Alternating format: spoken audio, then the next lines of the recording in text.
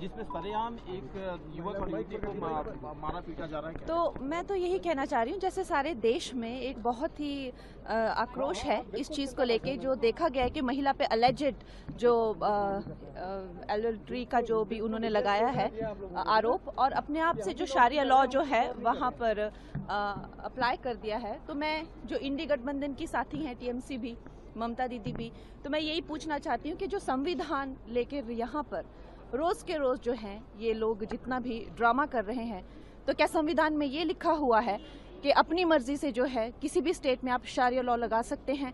उनके जो विधायक हैं वो कहते हैं कि हम एक मुस्लिम स्टेट हैं, तो क्या अपनी मर्जी से आप धर्म के आधार पर किसी भी स्टेट को जो है मुस्लिम निर्धारित कर सकते हैं, वहाँ पे शारिया लॉ लगा सकते हैं? तो राहुल गांधी जी को इसका जवाब देना चाहिए, क्योंकि टीएमसी भी जो है वो इंडी का ही एक हिस्सा है, तो उनके जो इंडी गठबंधन वाले हैं they are answerable to this naturally. तो ये जो आज संविधान लेके जो आप देख रहे हैं, जो कितने दिनों से ये क्या कर रहे हैं, तो क्या इनको संविधान का मान है क्या? आप ये खुद ही सोच।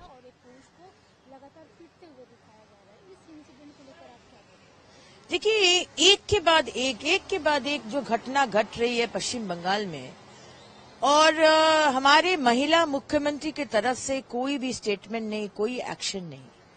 आपको मालूम है 7 दिन पहले कुछ बिहार में एक भाजपा के माइनॉरिटी मोर्चा के एक महिला कार्यकर्ता, उनको विवस्त्र करके गांव में उनको जलील किया गया, और 25 तारीख जो घटना घटा, कल 30 तारीख, कल जाके पुलिस ने उसका बयान लिया। बयान क्यों लिया? क्योंकि 29 तारीख हमारा नेतृत्व में भाजपा के जो टीम गए थे, और पुलिस के ऊपर प्रेशर डालने के वजह से कल पुलिस बाध्य हुआ वो बयान लेने के लिए। तो ये पुलिस से आप क्या विचार मांगेंगे? क्या इन्वेस्टिगेशन का आप आशा करेंगे?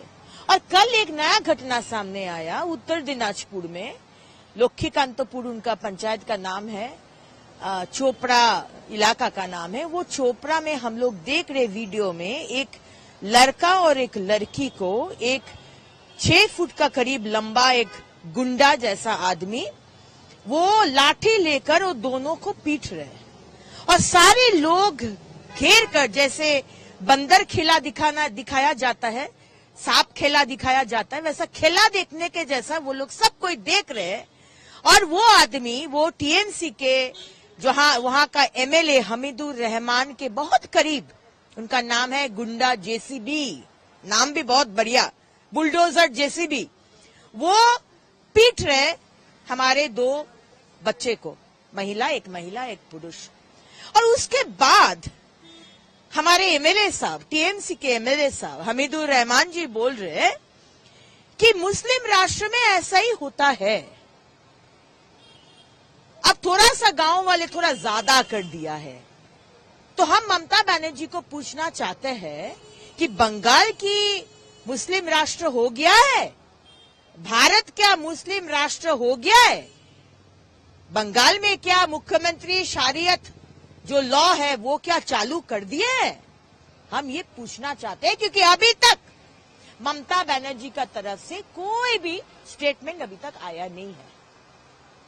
तो आज हम लोग इसलिए इधर आए हैं, आज चोपड़ा को लेकर, कुछ बिहार को लेकर, और लगातार महिला के ऊपर जो आक्रमण हो रहे, जो मोलेस्टेशन हो रहे, रेप हो रहे, विवस्त्र करके गांव में घुमाया जा रहे, लाठी पीटा जा रहे, हाथ में लॉ एंड ऑर्डर ले लिया जा रहा है, क्योंकि वो टीएमसी के एमएलए के करीब है। लॉ एंड ऑर्डर अपने हाथ में ले ले तो पुलिस प्रशासन का कोई दरकार ही नहीं है। मतलब कानून व्यवस्था की जो उसके बाद की स्थिति होती है वो बदल जाएगी। देखिए, एक तो इससे जुडिशरी पर, हमारे कोर्ट्स पर बहुत ज्यादा लोड बढ़ जाएगा, क्योंकि आज से 2 तरह के क्रिमिनल लॉ सिस्टम हमारे देश में होंगे।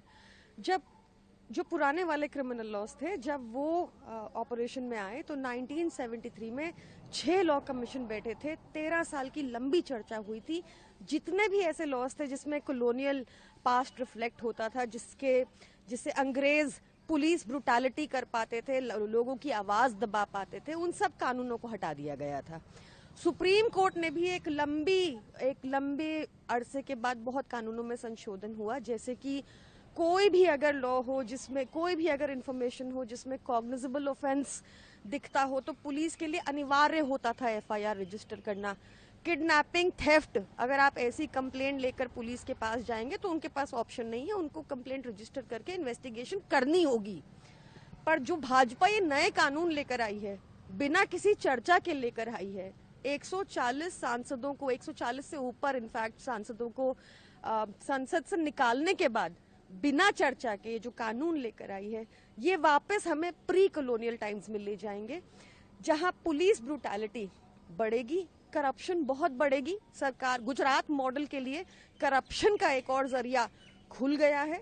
ये कानून को इतनी जल्दी नोटिफाई करने की क्या जरूरत थी, इसका कुछ पता नहीं है। बिना चर्चा के इनको लाना क्यों जरूरत थी, इसका पता नहीं है। निश्चित तौर पर धीरे धीरे जब ये कोर्ट पहुंचेंगे तो ये कानून वापस लिए जाएंगे। क्रिमिनल लॉ पर जिस तरीके से जो इम्प्लीमेंट आज से है उसको लेकर जो विपक्ष कह रहा है कि री एग्जामिन होना चाहिए, शशि थरूर ने बोला कि इस पर प्रॉपर डिस्कशन होना चाहिए था, मल्लिकार्जुन खड़गे ने बोला कि बुलडोजर जिस तरीके से प्रणाली लाई गई वो हम बिल्कुल भी लाने नहीं देंगे, तमाम तरीके की बातें कही गई उस पर। भाई अंग्रेजों के ज़माने का कानून इनको चलेगा, बट अपने देश में बने हुए कानून जो कि पूरी चर्चा के साथ बनाए गए हैं, सारे पक्षों के विचारों को सुनकर बनाए गए हैं। इसमें तो इवन आम जनता से भी भाई कई ऐसी चीज़ें हैं जो नए प्रावधान इसमें जोड़े गए हैं, मॉब लिंचिंग वगैरह जैसी चीज़ों की धाराएं इसमें जोड़ी गई हैं, जिस तरीके से नाबालिगों के साथ दुष्कर्म जैसी और जिस तरीके से ऐसी घटनाएं होती, इन तमाम चीज़ों को इसमें इनकॉर्पोरेट किया जा रहा है, उसको लेकर इन लोगों की चिंताएं हैं। बट वो 19वीं सदी के समय का कानून चल रहा था, वो इन लोगों के लिए ठीक है।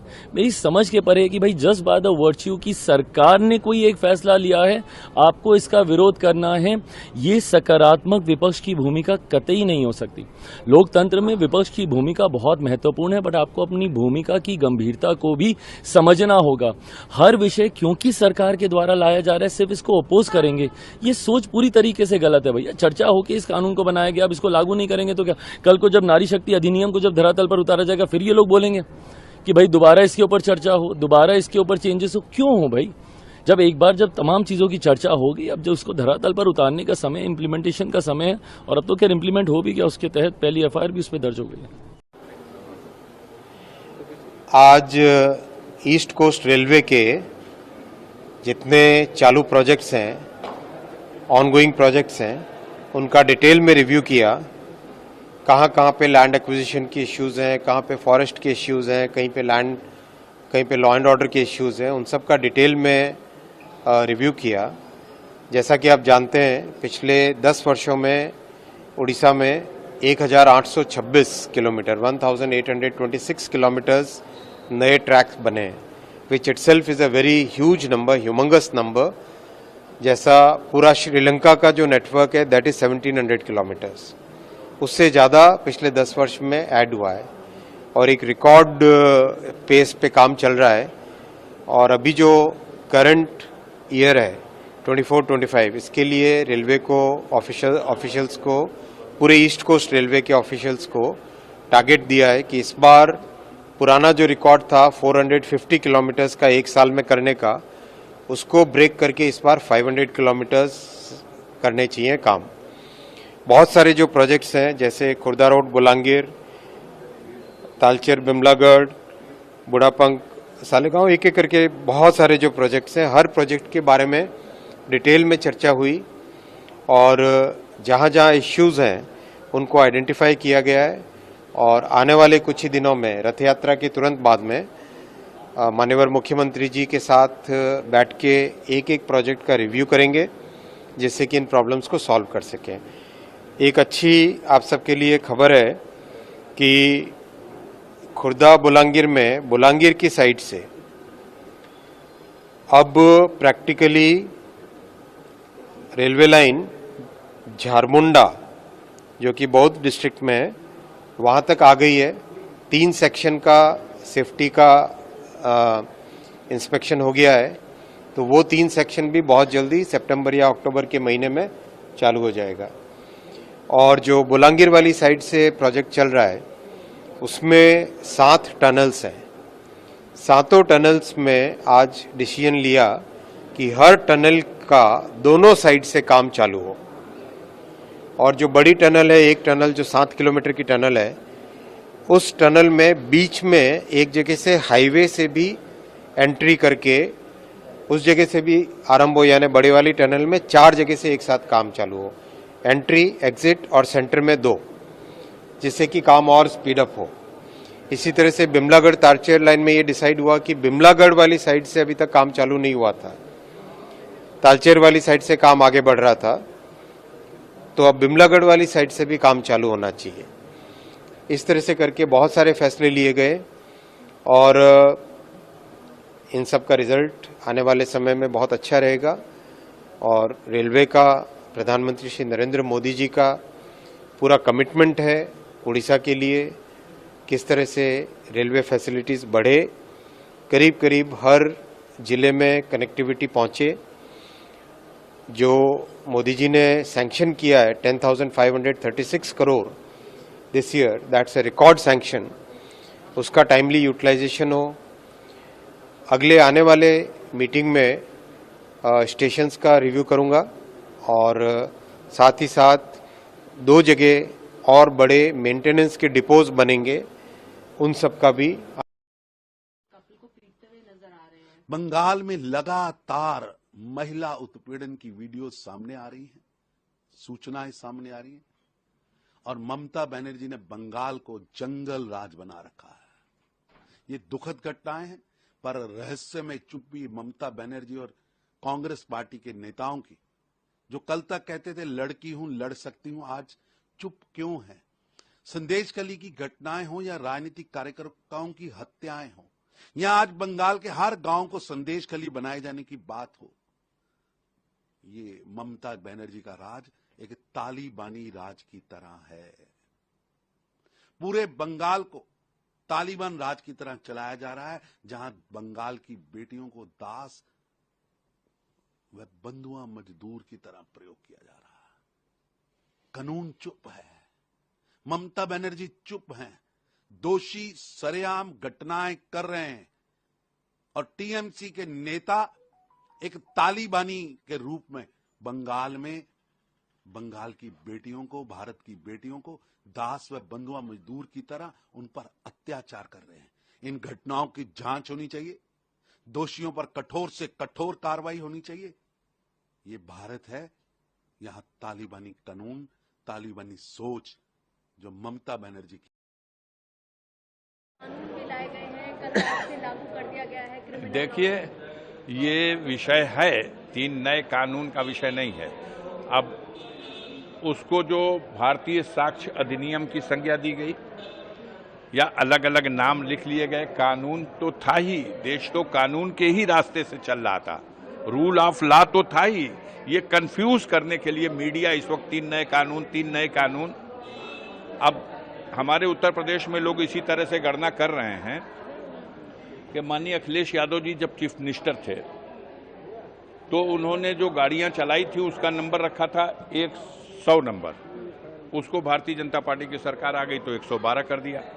उसी तरह से इन्होंने कुछ नाम बदले हैं, बाकी कानून में क्या बदलाव किया गया है अब उसको अध्ययन करने की जरूरत है, देखा जाएगा प्रैक्टिकल क्या है। कानूनविद और उसके जानकार, देखना यह है कि कानून, हर कानून अच्छा होता है, उसका दुरुपयोग जो किया जाता है वो बहुत बुरा होता है।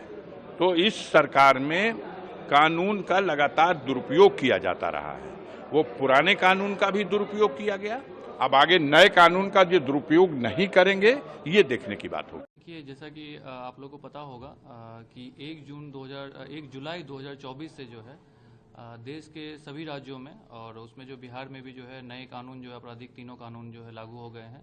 इसमें जो आईपीसी, सीआरपीसी और इंडियन एविडेंस एक्ट को जो है रिप्लेस किया गया है भारतीय न्याय संहिता, भारतीय नागरिक सुरक्षा संहिता और भारतीय साक्ष्य अधिनियम से। तो इसमें जो है काफ़ी सिटीजन फ्रेंडली है तीनों कानून जो है, और इस पर जो हमारी प्रिपेयर्डनेस जो है काफ़ी पहले से चल रही थी। जैसा कि आपको पता होगा कि 3 चरणों में जो है बिहार के सभी जिलों में जो है ट्रेनिंग करवाया गया इसके संबंध में, और इसके साथ ही जो है अन्य जो लोग छूट गए उसके बाद एक अतिरिक्त चरण में भी हुआ ट्रेनिंग।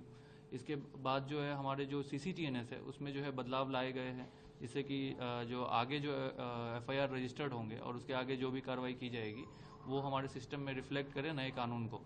तो इन सब जो हमारी प्रिपेयर्डनेस थी उसके बाद जो है आज जो है कुछ अलग से हम लोग आयोजित किए हैं जिससे कि लोगों को डिसेमिनेट हो, जिसमें कि हर थाना पे जो है एक प्रोग्राम आयोजन किया गया है जिसमें कि पब्लिक जो जनता है वहाँ की उनको इनवाइट किया गया है और उसमें जो है विशेष ध्यान दिया गया है कि महिलाएं और जो है बच्चे भी आए और उन लोगों को भी पता चले कि कानून में क्या बदलाव किया गया है और कानून के जो मेजर सिटीजन फ्रेंडली जो बदलाव है उनको उससे जो है अवगत कराया गया है।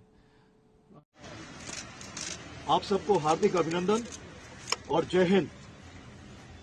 मेरे लिए यह अत्यंत गर्व और सम्मान का अवसर है कि मुझे भारतीय थल सेना का नेतृत्व करने का सौभाग्य प्राप्त हुआ है।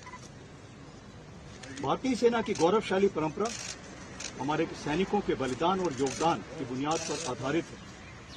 इस अवसर पर मैं उन वीर सैनिकों को श्रद्धांजलि अर्पित करता हूं जिनके कर्तव्य पथ पर अपने प्राणों की आहुति दी है।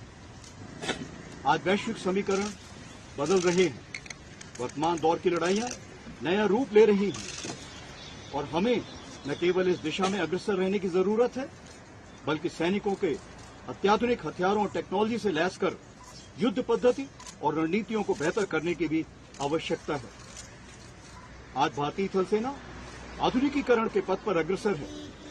इस दिशा में आत्मनिर्भरता को पूर्णतः हासिल करने के लिए भारत सेना हमेशा तैयार है।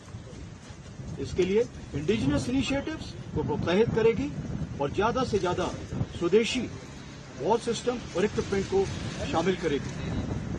मेरा प्रयास रहेगा कि भारतीय थल सेना, नौसेना और वायुसेना तथा अन्य स्टेक होल्डर्स के संपूर्ण समन्वय से यानी सिनर्जी के साथ कॉन्फ्लिक्ट के फुल स्पेक्ट्रम में ऑपरेशंस के लिए सदैव तत्पर रहें।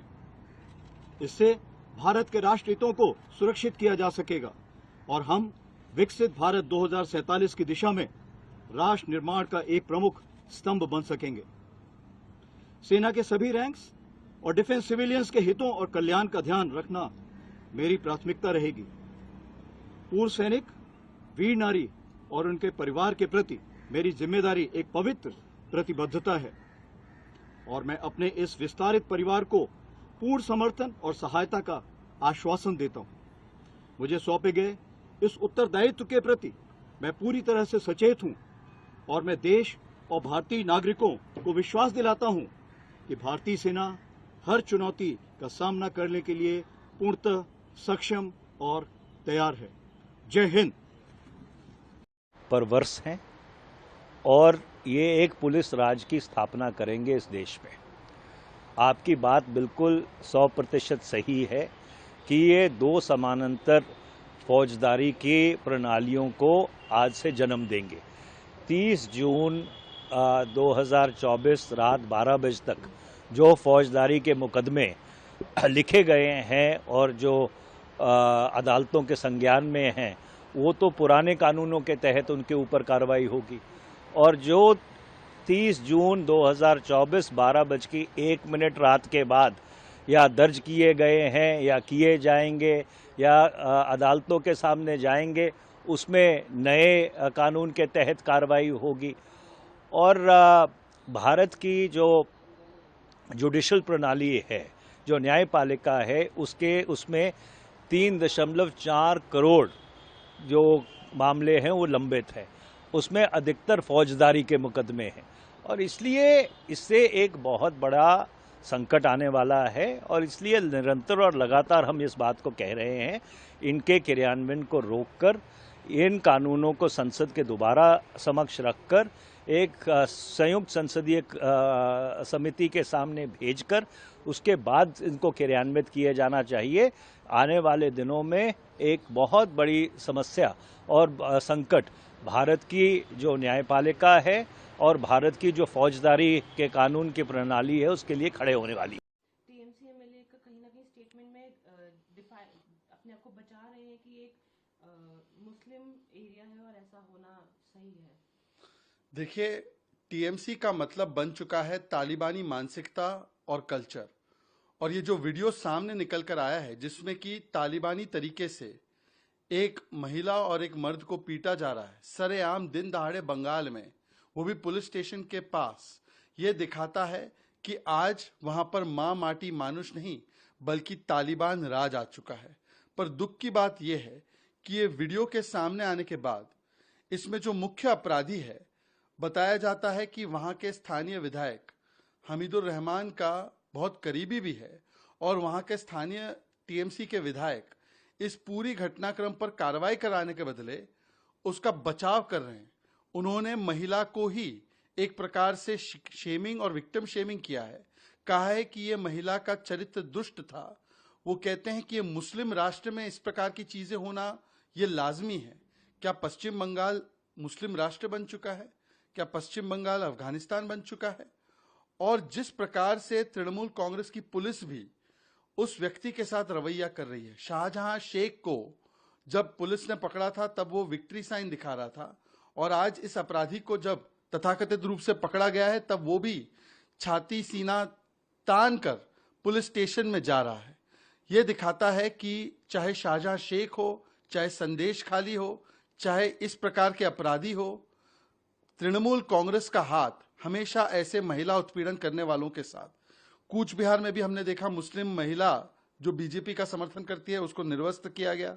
पोस्ट पोल वायलेंस में हमने देखा, संदेश खाली में देखा किस प्रकार से महिलाओं पर उत्पीड़न होता है। परंतु इंडी अलायंस के नेता प्रियंका वाड्रा, राहुल गांधी, प्रियंका चतुर्वेदी, आम आदमी पार्टी जो मणिपुर पर बहुत बोलते हैं, वो आज चुप क्यों हैं? सागरिका घोष और महुआ मित्रा चुप क्यों हैं? इससे पता चलता है कि इनके लिए महिलाओं का विषय चयनात्मक विषय है, और आज इस विधायक के ऊपर क्या कार्रवाई करेंगी ममता बनर्जी, उनको बताना चाहिए। और ऐसा तभी हो सकता है जब आप टीएमसी के लीडर हों, क्योंकि आपको पता है मौन स्वीकृति है तो वो ममता बनर्जी की है। जनता बंगाल की त्रस्त है ममता बनर्जी से, और ये कहना गलत नहीं होगा। जंगल राज कैसा होता है?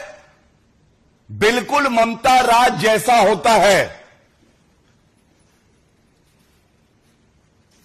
ये हर नागरिक के लिए पीड़ाजनक है, चिंताजनक है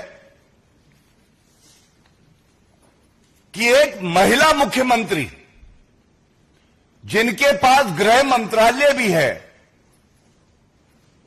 वे अपनी पार्टी के गुंडों को खुली छूट देती हैं और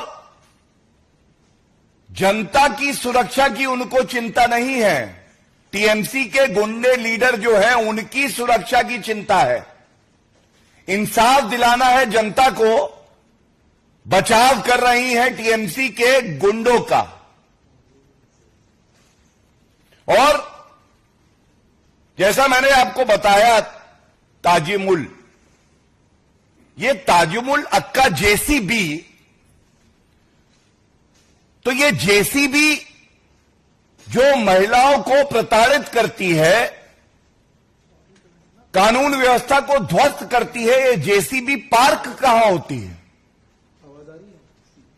ये जेसीबी बुलडोजर संविधान को तार तार करने निकला है, और ये पार्क होता है जाके ममता बनर्जी के घर पर, क्योंकि इनके ही विधायक हैं। टीएमसी के विधायक जिनका नाम है हमीदुल रहमान, जब इनके पास एक पत्रकार गया और उन्होंने सवाल पूछा तो इन्होंने खुले तौर पे कह दिया, मुस्लिम देश के कुछ नियम ऐसे ही हैं, ऐसे ही इंसाफ होता है। सार्वजनिक स्थल पे एक महिला को पकड़ो और कोड़े मारो, बेत मारो। आज सवाल यह पूछा जाना चाहिए, ममता बनर्जी जी, ये जेसीबी, ताजिमुल अक्का जेसीबी, ये आपके यहां पार्क्ड है। दूसरा सवाल यह है,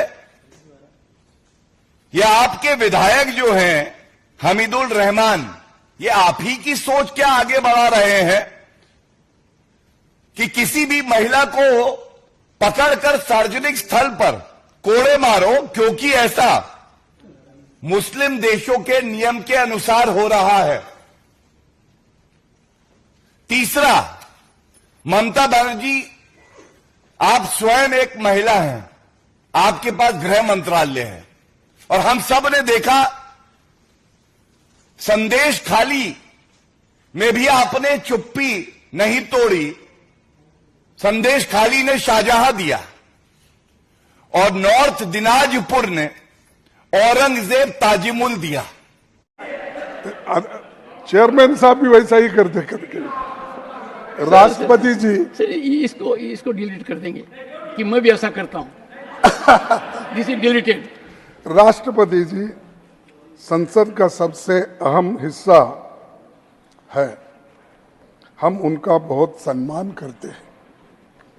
अभिभाषण का कंटेंट सरकारी होता है, सरकारी पक्ष को इसे विजन स्टेटमेंट बनाना था। चुनौतियों से कैसे निपटेंगे ये बताना जरूरी था, लेकिन उसमें ऐसी कोई कंटेंट नहीं है। इस साल राष्ट्रपति जी का पहला अभिभाषण 31 जनवरी को हुआ था और 27 जून को दूसरा अभिभाषण 18वीं लोकसभा के गठन के बाद हुआ। पहला अभिभाषण चुनावी था और दूसरा उसी की कॉपी जैसा है वैसा ही, न दिशा है न कोई विजन है। हमें भरोसा था कि राष्ट्रपति जी संविधान और लोकतंत्र की चुनौतियों पर कुछ बातें जरूर रखेंगे, सबसे कमजोर तबकों के लिए कुछ ठोस संदेश देंगे। लेकिन हमें घोर निराशा हुई कि इसमें गरीबों के लिए, दलितों के लिए, पिछड़ों के लिए, अल्पसंख्यक के लिए कुछ भी नहीं है। पिछली बार की तरह ये केवल तारीफ का फूल बांधने वाला अभिभाषण है। और इतनी तारीफ तो हमारे द्विवेदी साहब, कभी कभी कंफ्यूजन होता द्विवेदी, त्रिवेदी, चतुर्वेदी, इसमें माफ कीजिए क्योंकि मैं दक्षिण से आता हूँ, ये इन शब्दों से मैं ज्यादा वाकुफ नहीं। We can have half an hour discussion on this if you want. Pardon? We can have half an hour discussion on this. कि द्विवेदी, त्रिवेदी, चतुर्वेदी क्या है? नहीं, वो तो द्विवेदी बोले तो 2 वेद पढ़े सो पंडित है, उसीलिए द्विवेदी बोलते हैं। हाँ, त्रिवेदी 3 वेद पढ़े, अब एक चतुर्वेदी बचा, वो 4था वेद पढ़े सो जो आएंगे वो देखेंगे। तो ये जो है उन्होंने तो खूब तारीफ की और ये तारीफ की फूल बांधने में बहुत माहिर है और वो उर्दू के बहुत बड़े प्यारे हैं, लेकिन उतने ही उन लोगों से नफरत भी बहुत करते हैं क्योंकि आरएसएस का थोड़ा बैकग्राउंड उनको नहीं है। लेकिन इधर जब बीजेपी में आए तब से वो जरा आरएसएस की बहुत तारीफ करते रहते हैं, मोदी साहब की बार बार तारीफ करते रहते हैं। घोष, दस्तीकार, कृष्णा प्रसाद, अवधेश प्रसाद। माननीय सदस्यगण, मुझे कुछ माननीय सदस्यों द्वारा कुछ विषय पर स्थगन प्रस्ताव की सूचना प्राप्त हुई है। मैंने स्थगन प्रस्ताव की किसी सूचना के लिए अनुमति प्रदान नहीं की गई है।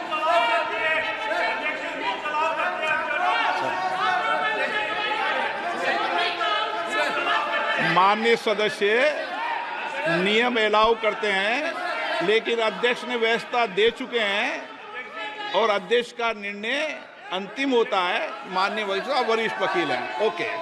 सभा पटल पर रखे जाने वाले पत्र आइटम नंबर 2 श्री अर्जुन राम मेघवाल। आदरणीय अध्यक्ष जी,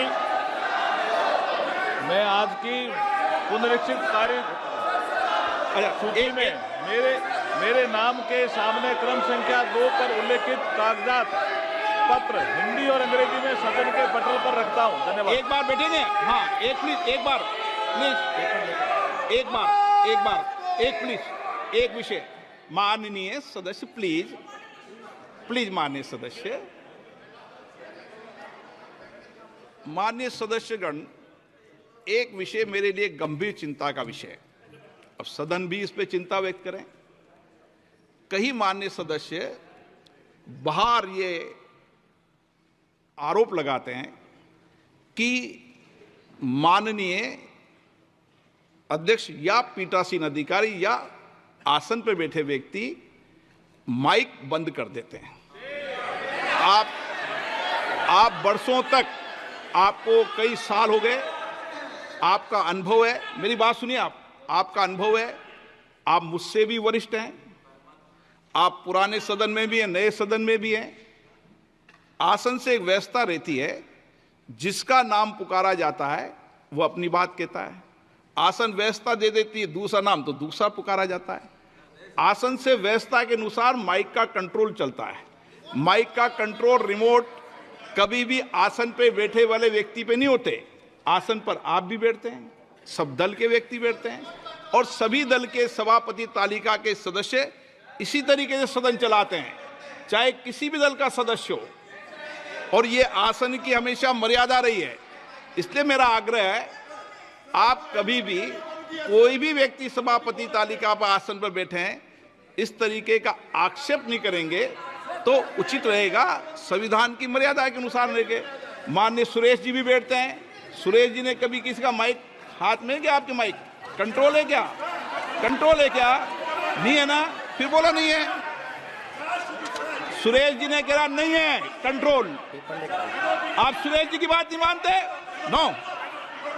आइटम नंबर 3 श्री पंकज चौधरी जी।